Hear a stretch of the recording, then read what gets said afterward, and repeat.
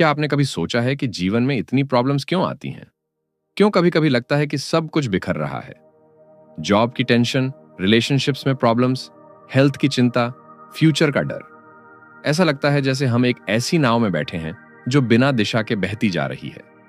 लेकिन क्या हो अगर कोई आपको बताए कि इस सब के पीछे एक सिंपल सी वजह है, और वो वजह यह है कि हमें जीने के लिए कोई क्लियर रूल्स नहीं मिले। हमें सिखाया गया कि क्या पढ़ना है, कैसे जॉब करनी है, लेकिन ये नहीं सिखाया गया कि जीवन कैसे जीना है। आज हम एक ऐसी किताब की बात करेंगे जो यही सिखाती है। इस किताब में 12 ऐसे रूल्स हैं जो आपके जीवन की दिशा बदल सकते हैं। ये नियम आसान लेकिन पावरफुल हैं। और सबसे महत्वपूर्ण बात, ये नियम किसी के पर्सनल ओपिनियन नहीं है। ये रूल्स हजारों सालों की ह्यूमन विजडम और मॉडर्न साइकोलॉजी दोनों पर आधारित हैं। आज की किताब का नाम है 12 रूल्स फॉर लाइफ और इसके लेखक हैं डॉक्टर जॉर्डन पीटरसन। नमस्कार दोस्तों, आपका स्वागत है सुनो बुक समरी में, जहां हम दुनिया की सबसे बेहतरीन किताबों की समरीज लेकर आते हैं, वो भी सिंपल हिंदी में, ताकि आप कम समय में ज्यादा सीख सकें और अपने जीवन को बेहतर बना सकें। तो आइए जानते हैं कि जॉर्डन पीटरसन कौन है और उनकी बात क्यों सुननी चाहिए। जॉर्डन पीटरसन कनाडा के एल्बर्टा के प्रॉन्सिप के एक छोटे से कस्बे में पले बढ़े। वहां सर्दियों में तापमान -40 डिग्री तक चला जाता था। इतनी कठिन जगह में बड़े होने की वजह से पीटरसन ने बचपन से ही जीवन की कड़वी सच्चाइयों को करीब से देखा। उनके कई बचपन के दोस्तों ने नशे की लत में अपना जीवन बर्बाद कर लिया। कुछ दोस्तों ने तो अपनी जान तक दे दी। इन दर्दनाक अनुभवों ने युवा पीटरसन के मन में कुछ गहरे सवाल पैदा किए। वो समझना चाहते थे कि आखिर कुछ लोग जीवन में आगे क्यों बढ़ते हैं, जबकि कुछ लोग पीछे क्यों रह जाते हैं। क्या कोई ऐसे सिद्धांत हैं जो किसी भी इंसान को बेहतर जीवन जीने में मदद कर सकते हैं? इन्हीं सवालों के जवाब खोजने के लिए पीटरसन ने साइकोलॉजी का गहरा अध्ययन किया। उन्होंने पहले हार्वर्ड यूनिवर्सिटी में प्रोफेसर के रूप में काम किया और बाद में यूनिवर्सिटी ऑफ टोरंटो में क्लिनिकल साइकोलॉजिस्ट बने। 30 सालों से भी ज्यादा समय में उन्होंने हजारों पेशेंट्स का इलाज किया और उनकी प्रॉब्लम्स को करीब से समझा। इस पूरे एक्सपीरियंस में पीटरसन ने एक इंपॉर्टेंट बात नोटिस की। उन्होंने पाया कि चाहे कोई अमीर हो या गरीब, पढ़ा लिखा हो या नहीं, हर इंसान कुछ कॉमन प्रॉब्लम से जूझ रहा है। हर कोई अपने जीवन का मतलब खोज रहा है। हर कोई दुखों से बचना चाहता है और हर कोई खुद को बेहतर बनाना चाहता है। लेकिन ज्यादातर लोगों को यह नहीं पता होता कि शुरुआत कहां से करें। कुछ साल पहले पीटरसन ने कोरा नाम की एक वेबसाइट पर लोगों के सवालों के जवाब देने शुरू किए। कोरा एक ऐसा प्लेटफॉर्म है जहां कोई भी कुछ भी पूछ सकता है और कोई भी जवाब दे सकता है। लोगों ने पीटरसन से पूछा कि डिप्रेशन से कैसे बाहर निकलें, रिलेशनशिप्स कैसे सुधारें, जीवन को मीनिंगफुल कैसे बनाएं। पीटरसन ने इन सवालों के डिटेल्ड और थॉटफुल जवाब दिए। उनके आंसर्स को लाखों लोगों ने पढ़ा और सराहा। इसी रिस्पॉन्स से प्रेरित होकर पीटरसन ने यह किताब लिखी, 12 नियम जीवन के लिए। इस किताब का सबटाइटल है एन एंटीडोट टू केओस, जिसका मतलब है अराजकता का इलाज। पीटरसन कहते हैं कि हमारे जीवन में हमेशा 2 चीजें काम करती हैं। पहली है ऑर्डर यानी व्यवस्था, जहां सब कुछ ठीक चल रहा है, सब कुछ सेफ है, सब कुछ प्रेडिक्टेबल है। दूसरी है केओस यानी अराजकता, जहां सब कुछ अनसर्टन है, जहां डर है, जहां कुछ भी हो सकता है। जीवन असल में इन दोनों के बीच बैलेंस बनाने का नाम है। बहुत ज्यादा ऑर्डर जीवन को बोरिंग बना देता है क्योंकि कोई चैलेंज नहीं रहता, और बहुत ज्यादा केओस जीवन को असहनीय बना देता है क्योंकि कोई स्टेबिलिटी नहीं रहती। पीटरसन के ये 12 रूल्स हमें यही सिखाते हैं कि इन दोनों के बीच कैसे संतुलन बनाया जाए। आज की इस वीडियो में हम पहले 6 रूल्स को डिटेल में समझेंगे और पार्ट 2 में बाकी के 6 रूल्स कवर करेंगे। तो चलिए शुरू करते हैं पहले रूल से, जो शायद इस पूरी किताब का सबसे फेमस और इंटरेस्टिंग रूल है। ये रूल है stand up straight with your shoulders back, यानी सीधे खड़े हों और अपने कंधे पीछे रखें। अब आप सोच रहे होंगे कि यह तो बहुत सिंपल सी बात है, इसमें क्या बड़ी विजडम है। लेकिन रुकिए, क्योंकि इस सिंपल से दिखने वाले रूल के पीछे 350 मिलियन साल पुराना साइंस छुपा है। इस रूल को समझने के लिए पीटरसन हमें समुद्र की गहराइयों में ले जाते हैं, जहां एक जीव रहता है जिसका नाम है लॉबस्टर, यानी झींगा मछली। ये लॉबस्टर इस धरती पर तब से मौजूद हैं जब डायनासोर्स भी नहीं आए थे, और इन करोड़ों सालों में इनका बेसिक बिहेवियर बिल्कुल नहीं बदला। लॉबस्टर समुद्र के तल पर रहते हैं और वहां स्पेस के लिए एक दूसरे से कंपीट करते हैं। जब दो लॉबस्टर्स आमने सामने आते हैं तो वो लड़ते हैं। ये लड़ाई बहुत इंटरेस्टिंग होती है। पहले दोनों एक दूसरे को डराने की कोशिश करते हैं। वो अपने पंजे फैलाते हैं, अपने आप को बड़ा दिखाने की कोशिश करते हैं और केमिकल्स रिलीज करते हैं। अगर इससे बात नहीं बनती तो फिर फिजिकल फाइट होती है, और इस फाइट में जो जीतता है उसके साथ कुछ रिमार्केबल होता है। उसके ब्रेन में सेरोटोनिन नाम का केमिकल बढ़ जाता है। ये सेरोटोनिन उसकी पूरी बॉडी लैंग्वेज बदल देता है। वो सीधा खड़ा होने लगता है, उसके पंजे फैल जाते हैं, वो कॉन्फिडेंट दिखने लगता है। और ये कॉन्फिडेंस सिर्फ दिखावा नहीं होता, ये रियल होता है, क्योंकि उसकी ब्रेन केमिस्ट्री ही बदल गई है। इसके विपरीत जो लॉबस्टर हारता है उसके साथ बिल्कुल उल्टा होता है। उसका सेरोटोनिन गिर जाता है और ऑक्टोपेमाइन नाम का दूसरा केमिकल बढ़ जाता है। इस केमिकल की वजह से वो सिकुड़ जाता है, झुक जाता है, छोटा दिखने लगता है। और सबसे बुरी बात यह है कि अब अगली लड़ाई में उसके हारने की संभावना और भी बढ़ जाती है, क्योंकि उसका ब्रेन अब उसे लूजर की तरह ट्रीट कर रहा है। अब यहां सबसे हैरान करने वाली बात आती है। वैज्ञानिकों ने पाया कि ठीक यही सिस्टम इंसानों में भी काम करता है। हमारे ब्रेन में भी सेरोटोनिन है, और यह हमारी बॉडी लैंग्वेज और कॉन्फिडेंस को उसी तरह कंट्रोल करता है जैसे लॉबस्टर्स में करता है। जब कोई इंसान सक्सेसफुल होता है, कुछ अचीव करता है, किसी कंपटीशन में जीतता है, तो उसका सेरोटोनिन बढ़ता है। इससे वो नेचुरली सीधा खड़ा होता है, उसके कंधे पीछे होते हैं, उसकी आंखों में कॉन्फिडेंस होता है, और लोग उसे रिस्पेक्ट देते हैं, उसकी बात सुनते हैं, उसे अपॉर्चुनिटीज मिलती हैं। इसके विपरीत जब कोई इंसान बार बार फेल होता है, रिजेक्ट होता है, हारता है, तो उसका सेरोटोनिन गिरता है। वो झुकने लगता है, न उसके कंधे आगे आ जाते हैं, वो जमीन की तरफ देखने लगता है, और लोग उसे इग्नोर करते हैं, उसकी बात नहीं सुनते, उसे अपॉर्चुनिटीज नहीं मिलती। ये एक विशियस साइकिल बन जाता है। जो जीतता है वो और जीतता है, जो हारता है वो और हारता है। साइंटिस्ट इसे मैथ्यू इफेक्ट कहते हैं, जो बाइबल की एक लाइन से आया है कि जिसके पास है उसे और दिया जाएगा, और जिसके पास नहीं है उससे वो भी ले लिया जाएगा जो उसके पास है। लेकिन पीटरसन कहते हैं कि इस साइकिल को तोड़ा जा सकता है, और इसे तोड़ने का सबसे सिंपल तरीका है अपनी बॉडी लैंग्वेज बदलना। जी हां, ये उल्टा भी काम करता है। अगर आप जानबूझकर सीधे खड़े हों, अपने कंधे पीछे करें, अपनी छाती बाहर निकालें और आंखों में आंखें डालकर बात करें, तो आपके ब्रेन में सेरोटोनिन बढ़ने लगता है। आपका ब्रेन सोचता है कि शायद आप जीत गए हैं, शायद आप सक्सेसफुल हैं, और वो अकॉर्डिंगली केमिकल्स रिलीज करता है। ये कोई मोटिवेशनल बात नहीं है, ये प्योर साइंस है। हार्वर्ड की एक रिसर्चर एमी कडी ने इस पर रिसर्च की है। उन्होंने पाया कि सिर्फ 2 मिनट तक पावर पोज में खड़े रहने से टेस्टोस्टेरोन बढ़ता है और कॉर्टिसोल यानी स्ट्रेस हार्मोन कम होता है। पीटरसन कहते हैं कि जब आप सीधे खड़े होते हैं तो आप दुनिया को एक मैसेज दे रहे होते हैं। वो मैसेज ये है कि मैं यहां हूं, मैं केपेबल हूं, मैं चैलेंज लेने को तैयार हूं। और दुनिया इस मैसेज को समझती है और अकॉर्डिंगली आपके साथ व्यवहार करती है। इसका मतलब ये नहीं है कि आप अकड़ कर चलें या एरोगेंट बने। इसका मतलब है कि आप अपनी प्रेजेंस को ओन करें। आप ये एक्सेप्ट करें कि आप इस दुनिया में स्पेस लेने के हकदार हैं। आप ये माने कि आपकी बात सुनी जानी चाहिए। सोचिए उन लोगों के बारे में जो हमेशा झुके रहते हैं। वो दुनिया को क्या मैसेज दे रहे हैं? वो कह रहे हैं कि मुझे इग्नोर करो, मैं इंपॉर्टेंट नहीं हूं, मेरी बात मत सुनो। और दुनिया एग्जैक्टली वही करती है। अब सोचिए, अगर आप किसी इंटरव्यू में जा रहे हैं, एक कैंडिडेट झुककर आता है, नीचे देखता है, धीरे से बोलता है। दूसरा कैंडिडेट सीधा आता है, आंखों में आंखें डालकर हैंडशेक करता है, कॉन्फिडेंट आवाज में बात करता है। दोनों की क्वालिफिकेशन सेम है। आपको क्या लगता है किसे जॉब मिलेगी? ये अनफेयर लग सकता है, लेकिन ये सच्चाई है। और इस रियलिटी को समझना जरूरी है, क्योंकि तभी हम इसे अपने फेवर में यूज कर सकते हैं। पीटरसन एक और गहरी बात कहते हैं। वो कहते हैं कि जब आप सीधे खड़े होते हैं तो आप सिर्फ फिजिकली ही नहीं बल्कि मेंटली भी दुनिया का सामना करने को तैयार होते हैं।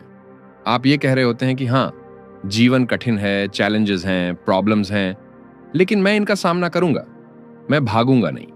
ये एक तरह का कमिटमेंट है जो आप खुद से करते हैं। और जब आप ये कमिटमेंट करते हैं तो कुछ मैजिकल होता है। आपके अंदर एक स्ट्रेंथ आती है जो पहले नहीं थी। आप वो काम करने लगते हैं जो आप पहले टालते थे। आप वो बातें कहने लगते हैं जो आप पहले नहीं कह पाते थे। तो पहला रूल याद रखिए, सीधे खड़े हों, कंधे पीछे रखें। ये सिर्फ बॉडी लैंग्वेज नहीं है, ये एक डिक्लेरेशन है कि आप जीवन का सामना करने को तैयार हैं। दूसरा रूल है, treat yourself like someone you are responsible for helping. यानी अपने आप से वैसा व्यवहार करें जैसा आप किसी ऐसे व्यक्ति से करते हैं जिसकी देखभाल की जिम्मेदारी आप पर हो।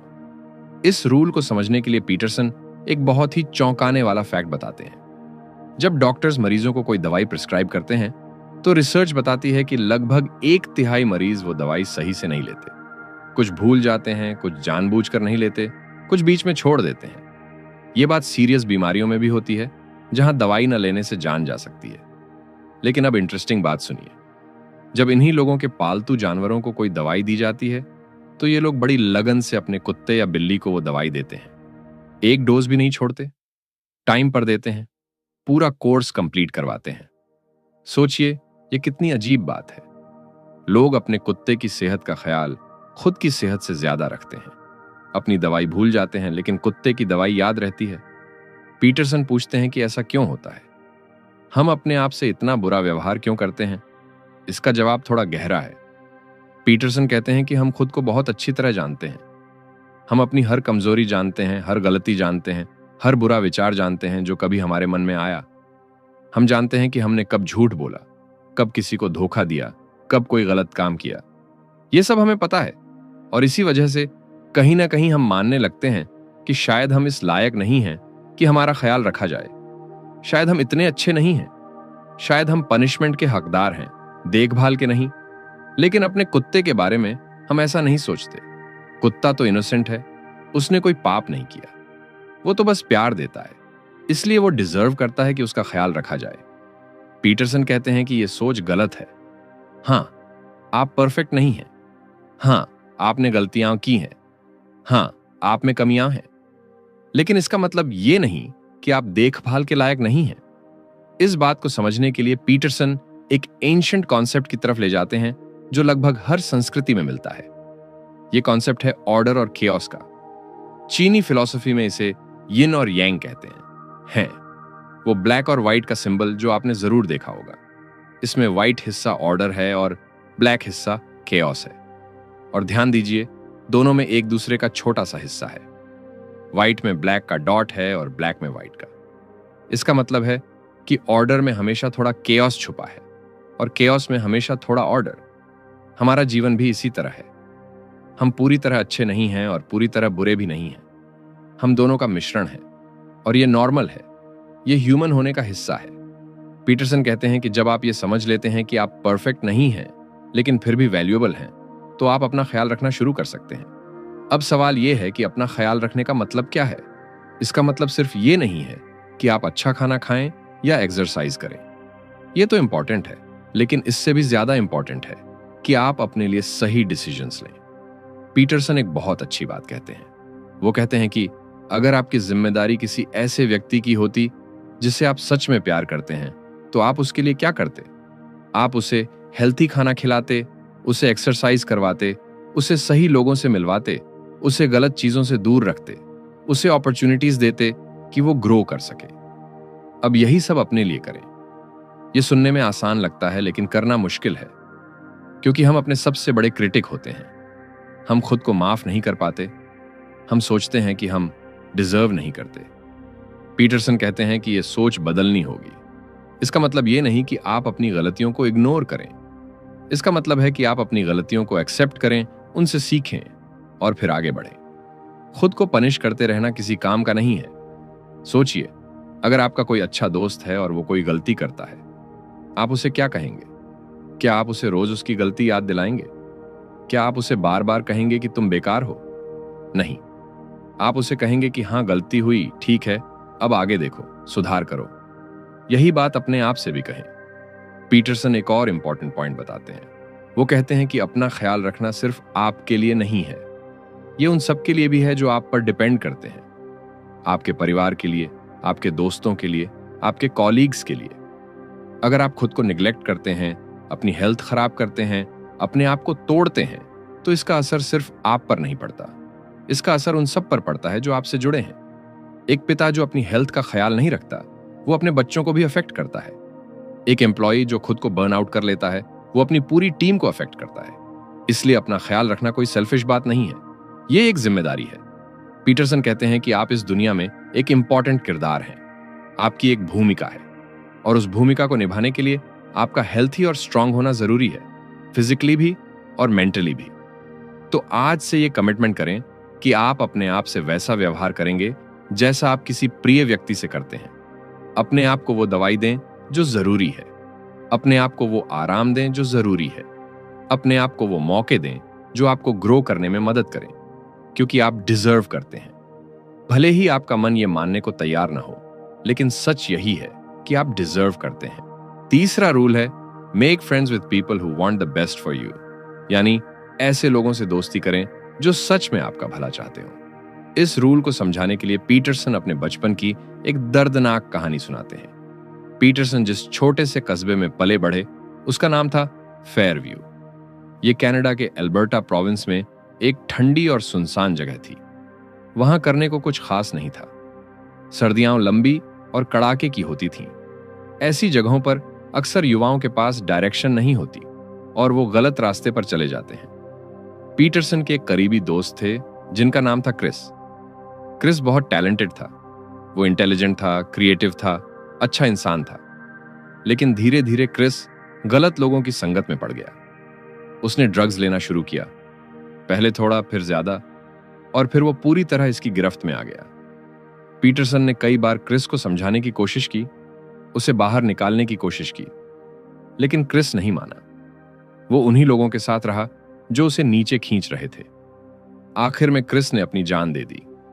ये कहानी पीटरसन के दिल में हमेशा के लिए बस गई और इसी अनुभव से उन्होंने ये रूल सीखा कि आप किन लोगों के साथ समय बिताते हैं ये बहुत मायने रखता है। अब यहां एक कॉमन गलतफहमी है जिसे पीटरसन क्लियर करते हैं। बहुत से लोग सोचते हैं कि अगर हम किसी गलत रास्ते पर चल रहे व्यक्ति के साथ रहें तो हम उसे सुधार सकते हैं, हम उसे ऊपर उठा सकते हैं। ये एक नोबल विचार लगता है। हम सोचते हैं कि हम उसके लिए अच्छे हैं, हमारी संगत से वो बदल जाएगा। लेकिन पीटरसन कहते हैं कि रियलिटी में ऐसा बहुत कम होता है। ज्यादातर केसेस में जो होता है वो ये है कि वो व्यक्ति आपको अपने लेवल पर खींच लेता है। आप उसे ऊपर नहीं उठा पाते, बल्कि वो आपको नीचे ले आता है। ये कोई थियोरी नहीं है, ये ऑब्जर्व्ड फैक्ट है। रिसर्च बताती है कि हम उन 5 लोगों का एवरेज होते हैं जिनके साथ सबसे ज्यादा समय बिताते हैं। उनकी सोच हमारी सोच बन जाती है, उनकी आदतें हमारी आदतें बन जाती हैं, उनका बिहेवियर हमारा बिहेवियर बन जाता है। पीटरसन एक इंपॉर्टेंट सवाल पूछते हैं। वो कहते हैं कि आप ये कैसे जानेंगे कि कोई व्यक्ति आपका सच में भला चाहता है या नहीं? इसका जवाब है कि देखिए वो आपकी सक्सेस पर कैसे रिएक्ट करता है। जब आपको कोई अच्छी खबर मिलती है, जब आप कुछ अचीव करते हैं, जब आपकी लाइफ में कुछ अच्छा होता है, तब आपके दोस्त कैसे रिएक्ट करते हैं? क्या वो जेन्युइनली खुश होते हैं या उनके चेहरे पर एक सटल सी निराशा दिखती है? सच्चा दोस्त आपकी सक्सेस से खुश होता है, वो सेलिब्रेट करता है, वो आपको और आगे बढ़ने के लिए इंकरेज करता है। लेकिन जो दोस्त आपका भला नहीं चाहता, वो आपकी सक्सेस से थ्रेटन्ड फील करता है, वो आपको नीचा दिखाने की कोशिश करता है, वो आपकी अचीवमेंट्स को छोटा करता है। वो कहता है कि इसमें कौन सी बड़ी बात है, या भाग्य से हो गया, या देखो अभी असली टेस्ट बाकी है। ऐसे लोग आपको आगे नहीं बढ़ने देते। वो आपको वहीं रोक कर रखना चाहते हैं जहां वो खुद हैं, क्योंकि अगर आप आगे बढ़ गए तो उन्हें अपनी असफलता का सामना करना पड़ेगा। पीटरसन एक और बात कहते हैं जो बहुत इंपॉर्टेंट है। वो कहते हैं कि कभी कभी हम जानबूझकर ऐसे लोगों के साथ रहते हैं जो हमसे कम सक्सेसफुल हैं या गलत रास्ते पर हैं, और इसकी वजह यह होती है कि उनके साथ रहकर हमें अपने बारे में अच्छा फील होता है। हम सोचते हैं कि कम से कम हम इनसे तो बेहतर हैं। ये एक खतरनाक ट्रैप है। इस ट्रैप में फंसकर हम खुद को चैलेंज करना बंद कर देते हैं। हम अपने कंफर्ट जोन में रह जाते हैं, हम ग्रो करना बंद कर देते हैं और धीरे धीरे हम भी उन्हीं जैसे बन जाते हैं। पीटरसन कहते हैं कि अगर आप सच में बेहतर बनना चाहते हैं तो आपको ऐसे लोगों के साथ समय बिताना होगा जो आपसे आगे हैं, जो उन चीजों में सक्सेसफुल हैं जिनमें आप सक्सेसफुल होना चाहते हैं, जो आपको चैलेंज करें, आपसे सवाल पूछें, आपको अनकंफर्टेबल फील करवाएं। हाँ, ये अनकंफर्टेबल होगा, आप कभी कभी छोटा फील करेंगे, आपका ईगो हर्ट होगा, लेकिन यही डिस्कंफर्ट आपको ग्रो करवाएगी। एक और बात जो पीटरसन बताते हैं वो ये है कि सच्ची दोस्ती में ऑनेस्टी होती है। जो दोस्त आपका भला चाहता है वो आपसे सच बोलेगा, भले ही वो सच सुनने में अच्छा न लगे। वो आपको बताएगा कि आप कहां गलत हैं। वो आपको रोकेगा जब आप कोई गलती करने वाले हो। वो आपकी हर बात पर हां नहीं करेगा। जो दोस्त हमेशा आपकी हर बात मानता है, हर डिसीजन को सपोर्ट करता है, कभी आपको चैलेंज नहीं करता, वो एक्चुअली में आपका दोस्त नहीं है। वो या तो आपसे कुछ चाहता है या उसे आपकी परवाह नहीं है। पीटरसन खुद के बारे में बताते हैं कि उनके जो सबसे अच्छे दोस्त हैं वो वही हैं जो उन्हें सच बताते हैं, जो उनसे असहमत होते हैं, जो उन्हें चैलेंज करते हैं। और इसी वजह से पीटरसन आज वो हैं जो हैं। तो इस रूल का प्रैक्टिकल एप्लीकेशन क्या है? पहला, अपने आसपास के लोगों को इवैल्यूएट करें। देखें कि कौन आपकी सक्सेस से खुश होता है और कौन नहीं, कौन आपको आगे बढ़ने में मदद करता है और कौन आपको रोकता है। दूसरा, जो लोग आपको नीचे खींच रहे हैं उनसे धीरे धीरे दूरी बनाएं। यह मतलब ये नहीं कि आप उनसे लड़ें या बुरा व्यवहार करें, बस अपना समय और एनर्जी उन पर कम खर्च करें। तीसरा, ऐसे लोगों को खोजें जो आपसे आगे हैं, उनसे सीखें, उनके साथ समय बिताएं, उनसे गाइडेंस लें। याद रखिए, आप किन लोगों के साथ समय बिताते हैं ये आपके फ्यूचर को डिफाइन करता है। सही लोगों का साथ आपको ऊंचाइयों तक ले जा सकता है और गलत लोगों का साथ आपको बर्बाद कर सकता है। पीटरसन के दोस्त क्रिस के साथ यही हुआ। उसने गलत लोगों को चुना और अपनी जान गंवा दी। यह कहानी हमें याद दिलाती है कि दोस्ती का चुनाव कितना सीरियस डिसीजन है। तो आज से यह सोचना शुरू करें कि आपके जीवन में कौन से लोग हैं और वो आपको किस डायरेक्शन में ले जा रहे हैं। चौथा नियम है, compare yourself to who you were yesterday, not to who someone else is today. यानी अपनी तुलना कल के खुद से करें, आज के किसी और से नहीं। यह नियम सुनने में बहुत सिंपल लगता है, आपने ये बात पहले भी सुनी होगी, लेकिन पीटरसन इसे एक नई गहराई से समझाते हैं। आज के समय में तुलना करना बहुत आसान हो गया है। आप सुबह उठते हैं, फोन उठाते हैं और देखते हैं कि आपका कोई जानने वाला विदेश घूम रहा है, कोई नई गाड़ी खरीद रहा है, कोई तरक्की पा रहा है, कोई शादी कर रहा है, कोई बच्चे के साथ खुश तस्वीरें डाल रहा है, और आप वहीं बैठे हैं अपनी उन्हीं पुरानी समस्याओं के साथ। ये देखकर मन में एक कड़वाहट आती है, एक भारीपन आता है। लगता है कि सब आगे निकल गए और हम पीछे रह गए। पीटरसन कहते हैं कि ये सोच हमें अंदर से तोड़ देती है। और सबसे बुरी बात यह है कि यह तुलना पूरी तरह गलत है। क्यों गलत है, इसे समझिए। जब आप किसी और से अपनी तुलना करते हैं तो आप एक्चुअली में क्या कर रहे हैं? आप अपनी पूरी जिंदगी की तुलना उस व्यक्ति की जिंदगी के सिर्फ एक हिस्से से कर रहे हैं, वो हिस्सा जो वो दिखाना चाहता है।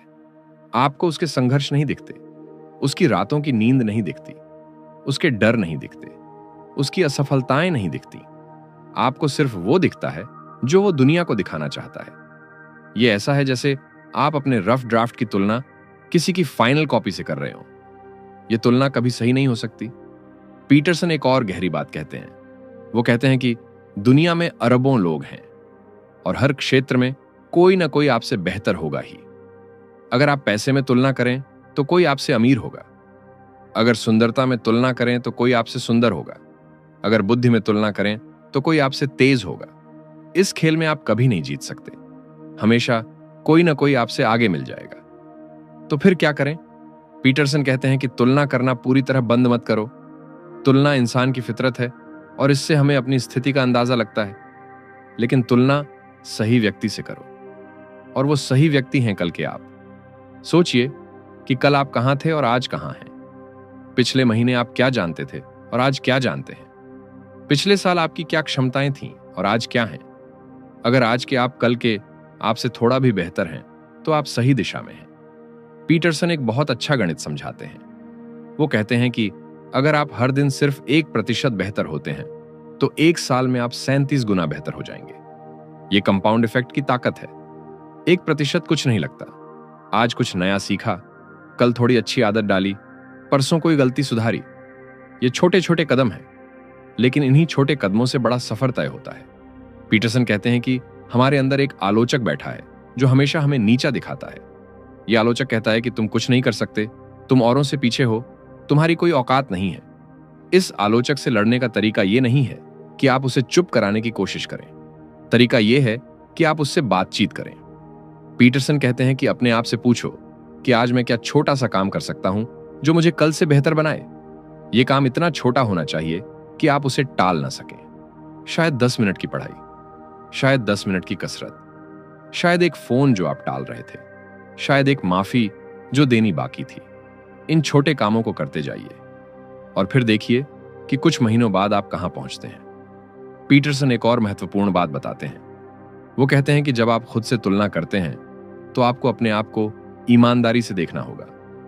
आपको स्वीकार करना होगा कि आप कहां कमजोर हैं, कहां आपने गलतियां की हैं, कहां आप बेहतर कर सकते थे। यह आसान नहीं है। अपनी कमियों को देखना दर्दनाक होता है, लेकिन जब तक आप अपनी कमियों को नहीं देखेंगे, आप उन्हें सुधार नहीं पाएंगे। पीटरसन कहते हैं कि जिंदगी को एक खेल की तरह देखो जो आप खुद से खेल रहे हो। इस खेल में जीतने का एक ही तरीका है, कल से बेहतर होना। हर दिन, हर रोज, थोड़ा थोड़ा। कभी कभी आप गिरेंगे, कभी कभी आप पीछे जाएंगे, ये होगा। लेकिन जब तक ओवरऑल डायरेक्शन सही है, जब तक आप समय के साथ आगे बढ़ रहे हैं, तब तक आप सही रास्ते पर हैं। और सबसे सुंदर बात यह है कि इस खेल में आपका कोई प्रतिद्वंद्वी नहीं है। आप किसी को हराने की कोशिश नहीं कर रहे, आप सिर्फ खुद को बेहतर बनाने की कोशिश कर रहे हैं। और इस खेल में हर कोई जीत सकता है। तो अगली बार जब आप किसी को देखकर निराश हों, खुद को याद दिलाइए कि उनकी कहानी उनकी है और आपकी कहानी आपकी। आपका मुकाबला उनसे नहीं है, आपका मुकाबला कल के आपसे है। बस एक सवाल पूछिए खुद से, क्या आज का मैं कल के मुझसे बेहतर है? अगर जवाब हां है, तो आप जीत रहे हैं। 5वां नियम है, do not let your children do anything that makes you dislike them. यानी अपने बच्चों को ऐसा कुछ न करने दें जिससे आप उन्हें नापसंद करने लगें। अब यह नियम सुनने में थोड़ा कठोर लग सकता है। कोई अपने बच्चों को नापसंद कैसे कर सकता है? लेकिन पीटरसन जो बात कह रहे हैं वो बहुत गहरी है और हर माता पिता को, बल्कि हर व्यक्ति को समझनी चाहिए। पीटरसन कहते हैं कि आजकल एक विचारधारा बहुत प्रचलित है। वो ये है कि बच्चे जन्म से पूरी तरह मासूम और अच्छे होते हैं। अगर कोई बच्चा गलत काम करता है तो इसमें उसकी गलती नहीं है। गलती समाज की है, व्यवस्था की है, परिस्थितियों की है। यह विचार एक फ्रांसीसी दार्शनिक जीन जैक रूसो ने दिया था। रूसो का मानना था कि इंसान जन्म से अच्छा होता है और समाज उसे बिगाड़ता है। लेकिन पीटरसन कहते हैं कि यह सोच पूरी तरह गलत है और इस गलत सोच ने पालन पोषण को बहुत नुकसान पहुंचाया है। पीटरसन एक दिलचस्प उदाहरण देते हैं। वो जेन गुडॉल की बात करते हैं, जो प्रसिद्ध वैज्ञानिक थीं जिन्होंने अपना जीवन चिंपैंजियों के अध्ययन में लगाया। जब गुडॉल ने पहली बार चिंपैंजियों को देखा तो उन्हें लगा कि ये कितने प्यारे और मासूम प्राणी हैं। लेकिन सालों के अध्ययन के बाद उन्होंने कुछ चौंकाने वाला देखा। उन्होंने देखा कि चिंपैंजी एक दूसरे को मारते हैं, यहां तक कि एक समूह दूसरे समूह पर हमला करके उन्हें मार डालता है। उन्होंने देखा कि चिंपैंजी क्रूर हो सकते हैं, हिंसक हो सकते हैं, स्वार्थी हो सकते हैं। पीटरसन कहते हैं कि इंसान भी ऐसे ही हैं। हम जन्म से न पूरी तरह अच्छे होते हैं, न पूरी तरह बुरे। हमारे अंदर दोनों संभावनाएं होती हैं, अच्छाई की भी और बुराई की भी। और यही माता पिता की भूमिका आती है। माता पिता का काम है कि वो बच्चे को सभ्य बनाएं, उसे सिखाएं कि समाज में कैसे रहना है, क्या सही है और क्या गलत, कहां रुकना है और कहां आगे बढ़ना है। अगर माता पिता ये काम नहीं करते तो समाज करेगा, और समाज इतना दयालु नहीं होता। पीटरसन एक उदाहरण देते हैं। सोचिए, एक बच्चा है जिसे कभी ना नहीं सुनाई गई, जो चाहे करता है, किसी की नहीं सुनता, अपनी मर्जी का मालिक है। अब यह बच्चा जब बड़ा होगा और बाहरी दुनिया में जाएगा तो क्या होगा? वो किसी की नहीं सुनेगा, अपनी मनमानी करेगा, नियम तोड़ेगा, और फिर दुनिया उसे सबक सिखाएगी। वो सबक कठोर होगा। नौकरी से निकाला जाएगा, रिश्ते टूटेंगे, कानूनी परेशानियां होंगी। पीटरसन कहते हैं कि माता पिता के लिए बच्चे को ना सुनाना कठिन है, डांटना कठिन है, सजा देना कठिन है। लेकिन यह कठिनाई प्रेम है, यह क्रूरता नहीं है। जो माता पिता बच्चे को कभी ना नहीं सुनाते, वो सोचते हैं कि वो बच्चे से प्रेम कर रहे हैं, लेकिन असल में वो बच्चे को नुकसान पहुंचा रहे हैं। वो बच्चे को एक ऐसी दुनिया के लिए तैयार नहीं कर रहे जो कठोर है, जो प्रतिस्पर्धी है, जो माफ नहीं करती। पीटरसन अपने अनुभव से बताते हैं। वो कहते हैं कि उन्होंने अपने बच्चों के लिए कुछ स्पष्ट नियम बनाए थे, और जब बच्चे उन नियमों को तोड़ते थे तो परिणाम भुगतने पड़ते थे। क्या इससे बच्चे नाराज होते थे? हां, कभी कभी। लेकिन इससे उन्होंने सीखा कि हर काम के परिणाम होते हैं, और यह सबक जितनी जल्दी सीख लो उतना अच्छा। पीटरसन एक बहुत गहरी बात कहते हैं। वो कहते हैं कि अगर आप अपने बच्चे को अनुशासन नहीं सिखाते तो धीरे धीरे आप उसे नापसंद करने लगेंगे। आप चाहे स्वीकार करें या ना करें, लेकिन जब बच्चा बार बार गलत व्यवहार करेगा, जब वो आपकी बात नहीं मानेगा, जब वो दूसरों के साथ बुरा बर्ताव करेगा तो आपके मन में एक कड़वाहट आएगी और ये कड़वाहट रिश्ते को खराब कर देगी। आप बच्चे से दूर होते जाएंगे और बच्चा भी ये महसूस करेगा कि कुछ गलत है। इसलिए पीटरसन कहते हैं कि बच्चों को सीमाएं दीजिए, नियम बनाइए, और जब वो नियम टूटें तो परिणाम दीजिए। लेकिन ये सब प्रेम से होना चाहिए, गुस्से से नहीं। पीटरसन कहते हैं कि अनुशासन का मतलब मारपीट नहीं है। अनुशासन का मतलब है स्पष्ट सीमाएं और उन सीमाओं को तोड़ने के स्पष्ट परिणाम। एक छोटा उदाहरण लीजिए। बच्चा खिलौने से खेल रहा है और फिर उसे जमीन पर फेंक देता है। आप कहते हैं कि खिलौना उठाओ। बच्चा नहीं उठाता। अब आपके पास दो विकल्प हैं। पहला, आप खुद उठा लें और सोचें कि छोटा है, कर लेगा बड़ा होकर। दूसरा, आप बच्चे को समझाएं कि जब तक खिलौना नहीं उठाएगा खेलना बंद, और इस बात पर अड़े रहें। दूसरा रास्ता कठिन है।